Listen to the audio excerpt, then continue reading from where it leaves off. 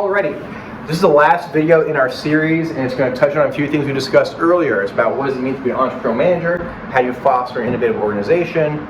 So if this is all new or you want to go deeper, go back to those videos. But our last video for this series, I want to focus on the entrepreneurial manager's mindset.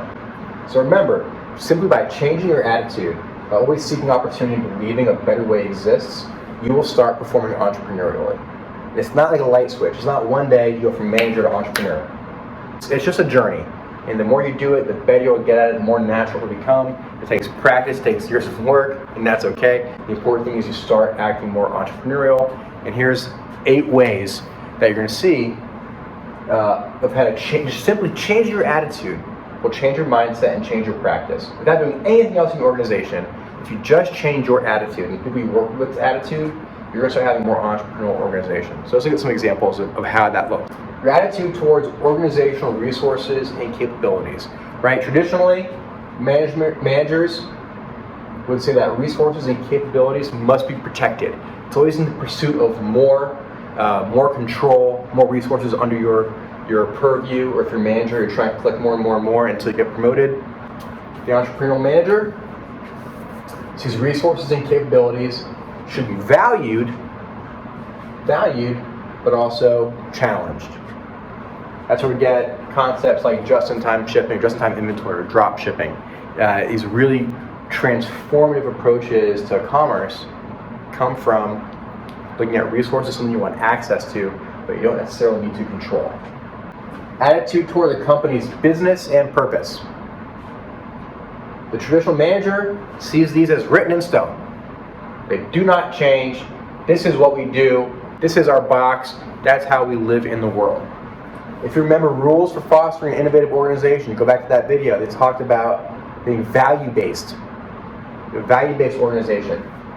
If you were, your definitions of business and purpose should often be re-examined.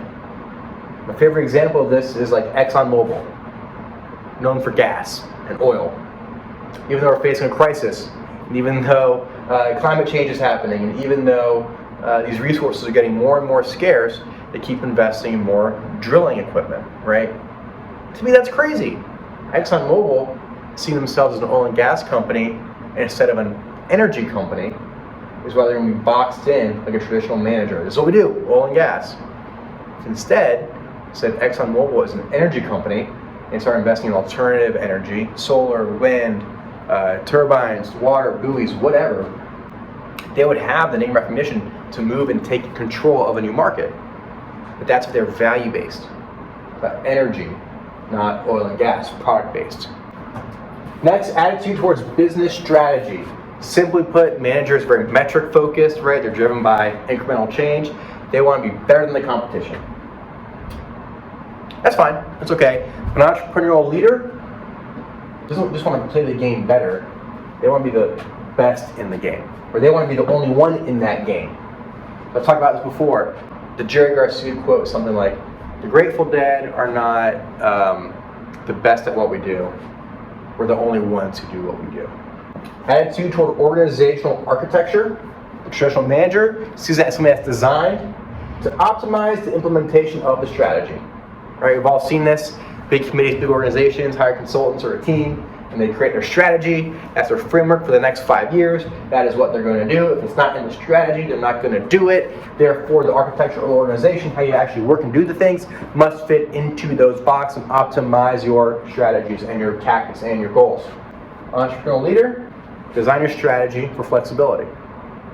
Again, if you're value-based, if you have your destination, and your team members believe in that vision as much as you do, you'll achieve your goals. Your attitude towards meeting customer needs. You hear this a lot. Traditional managers, we're close to the customer.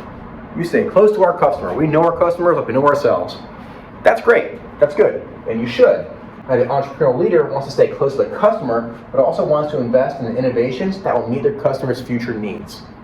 So as your market matures, as your customers' need change, as competition arises, you should be one step ahead of your customer because you know them better than they know themselves. And not just waiting for the market to get there, you're leading the market by leading your customer. Attitude towards entrepreneurial activity within the organization. Again, the manager says, Entrepreneurial activity should follow the strategy. This goes back to organizational architecture. We have a plan, we have a strategy, everything follows the strategy. Whereas the entrepreneurial leader says entrepreneurial activity should not only follow strategy, it should also lead the strategy. So if you're out there on the vanguard, if you're out there with your customers, if you're seeing the innovations before they know they need them, you should be able to have the flexibility to make change in your organization, in your product line, in your product mix, to meet the customers before they get there.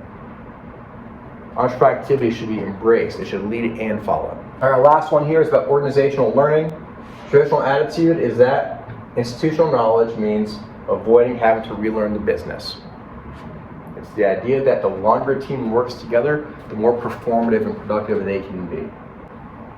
The entrepreneurial leader feels that you should institutionalize a questioning attitude so that a business and its culture can be flexible, constantly adapting, so that learning and unlearning can coexist. All right, that's it for the Corporate Entrepreneurship Resource. That's it for the Corporate Entrepreneurship Resource series. We've got all your slides, all these videos are recorded on our website. If you guys have any more questions, get a hold of me, Kaplan at ventureasheville.com. Go to ventureasheville.com. My office is on this side of the building. Yeah, that's it. Thanks to those of you who watched the videos. Thanks to those of you in the class. And good luck with your ventures and your businesses. We're excited to see what you come up with.